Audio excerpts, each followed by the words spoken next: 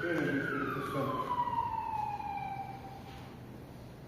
Uma leitura que é feita durante a Semana Santa, algumas vezes, mas que passa muitas vezes despercebida da maioria dos fiéis.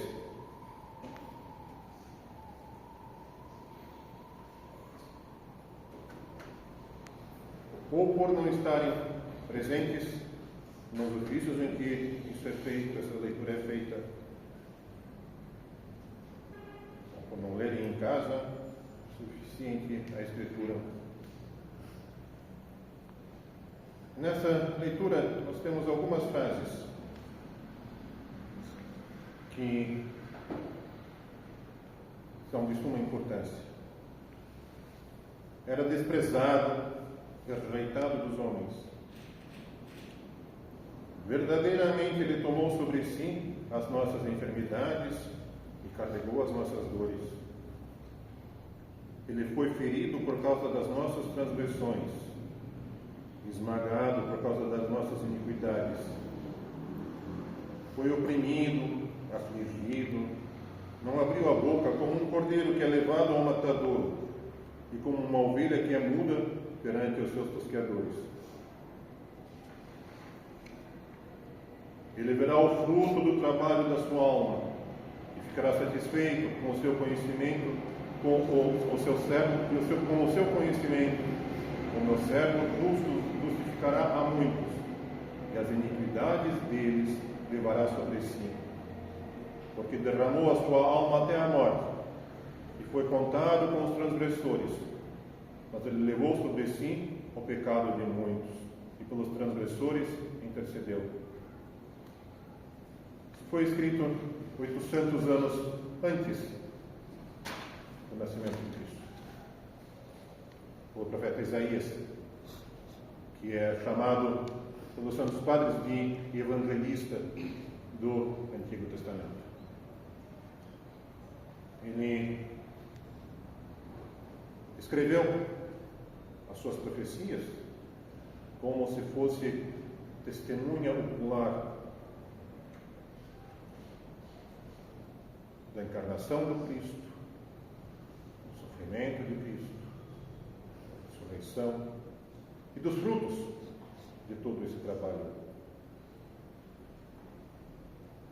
Mas nós muitas vezes não damos atenção a alguns momentos da vida de Cristo.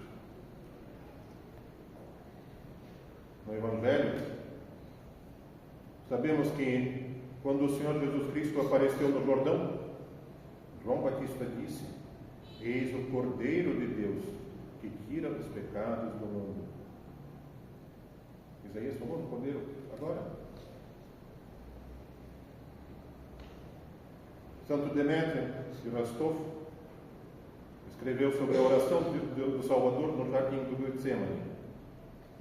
O que é isso, Senhor Salvador? Quem te feriu? Ainda não há coroa de espinhos, ainda não há o terrível açoitamento, nem torturas, nem zombarias. Por que estás coberto de sangue? E ele responde: foi o amor que te feriu. Sabemos apenas que dos seus lábios escapou o grito: meu Deus, por que me abandonaste? Santo Inocêncio escreve: nessas horas terríveis, a divindade do Salvador de alguma forma se escondeu em sua alma. Ele se tornou como um de nós, sob esse terrível tormento. E o mais terrível e doloroso para ele foi que, por ter assumido os pecados do mundo inteiro e ter sido coberto por esta imundícia do pecado, o Pai se afastou dele e o abandonou. Observe que ele sempre fala com tanto amor sobre o Pai, o chama de seu Pai, e aqui apenas clama com tristeza: meu Deus, por que me abandonaste? Por fim, ele esvaziou até o fundo o cálice desses sofrimentos imensamente terríveis. E quando tudo isso terminou, já como vencedor, ele proclama na cruz: está consumado. O que ele veio realizar está cumprido. Tendo cumprido a missão que assumiu, ele volta-se novamente para o seu amado Pai, dizendo: Pai, nas tuas mãos entrego o meu espírito.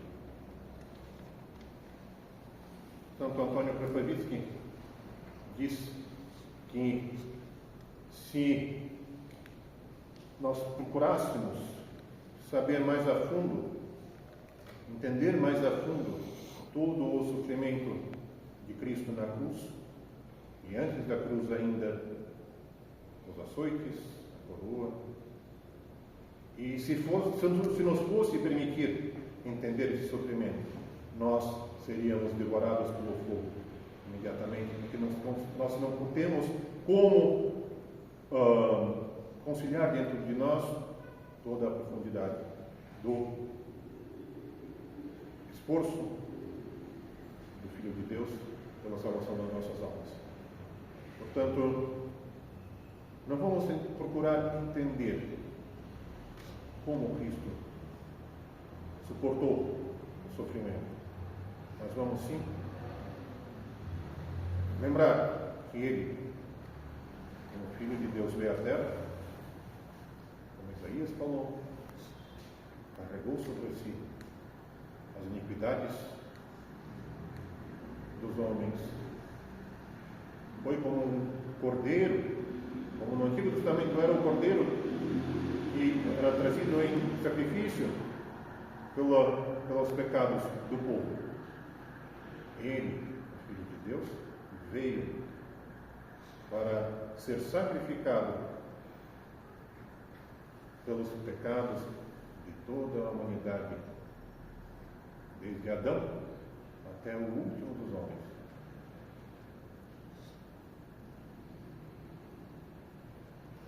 Por isso, precisamos, no dia a dia, estarmos atentos, lembrar que, se nós estamos aqui,